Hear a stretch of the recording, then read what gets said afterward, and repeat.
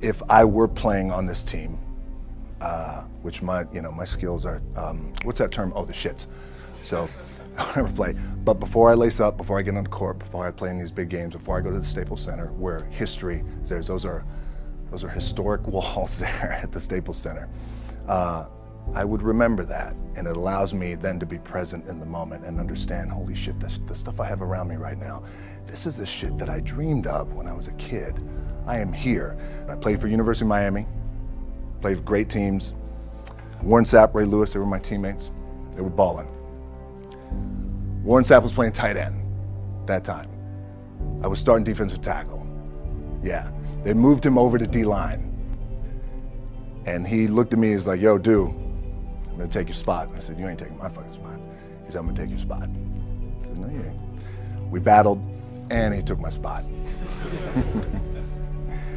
Now, you can imagine how that fucked with me, because there goes my opportunity. He went in, switched to defensive tackle, lit the world on fire. Well, what that did, it crushed me, it crushed my dreams. I had a piss poor senior year, zero production, no NFL, no combine invite, nothing. Finally went to the CFL. Calgary Stampeders, making $250 a week Canadian. Now, I had to send that shit home to my wife at that time. Had no money. So I remember that. When I got cut from Canada, I had $7 in my pocket. And I always tell that story. So now my production company is $7, advertising agency is $7, everything is $7. So I always remember that. What helps me is to keep the hard times in the front of my mind, because it allows me to go into these big moments that I've worked my ass off, and you guys have worked your ass off. It allows me to go into these big moments with a different perspective.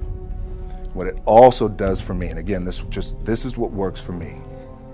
Like, I keep my back, excuse my language, my back is up against this motherfucker. Every day, it's against this fucking wall. Excuse my language, ladies in the room. But it's up against this motherfucker because it's what I believe in. And when my back is against this motherfucker, then there's nowhere to go. But that way, that's it. So I feel like this could be something, an ideology and mindset that could help you, if you look at it that way. Because you made it already. We made it. We're successful boys, and we're lucky boys to be where we're at. Oh, you guys made it. Everybody's rich in the room. Nobody's gonna get evicted anymore. Anything you got, there's no more money problems, right? You got a lot of hands out now. Hey, can I get a little bit? Can I get a little bit? Right, that happens. But when you make it, for me, I need this. I need this. So every day, my back is up against this motherfucker, and this is how I operate. Now, doesn't mean you don't smile, doesn't mean you don't laugh and joke, right? You're happy, I'm a happy guy. But when it comes to business, and when it comes to executing, it's up against this. And I gotta go that way. And I don't give a fuck who is in front of me.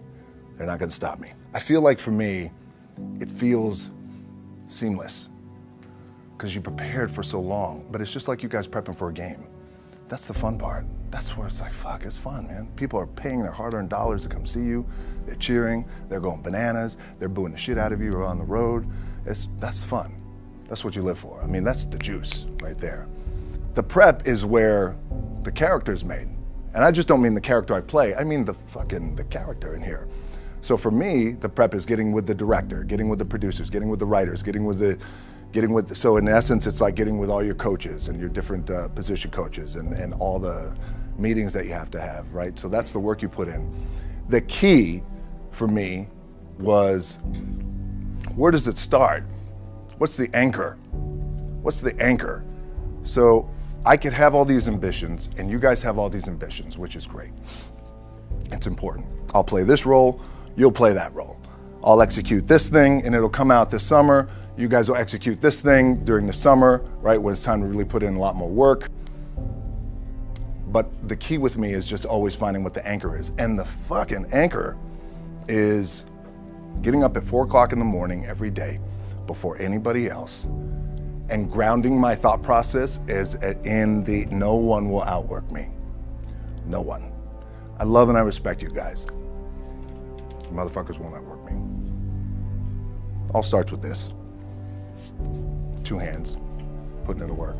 The anchor for me has always been the work in terms of the weight room training. So when I first started wrestling, I was 6 years old, rolling on the mats with my dad. My old man, a lot of you guys won't know this. Yeah, Rocky Johnson. My old man was Rocky Johnson. He was the first black WWF at that time. First black WWE tag team champions with Tony Atlas back in 1983. My uncles were Wild Samoans. I come from a long line of pro wrestlers. But before the wrestling part happened, I was just in the gym putting in the work at 6 years old, rolling around on the mats. And finally, when I could touch weights at 13, that's what I was doing. But the weight part for me and the gym part has always been, has to be the anchor. Look, at the end of the day, like again, it's the kind of stuff that I talked about at top is I have to hold on to my dad in his pickup truck came down 4 o'clock in the morning, picked me up in Miami from Tampa. We lived in a little shitty apartment in Tampa. He drove down in his little pickup truck to Miami to get me when I was cut from the CFL. I was driving up I-75. I don't know if you guys are from Florida, any of you guys, if you know, I-75 is like, especially down in Florida, Alligator Alley. I'll never forget it. It's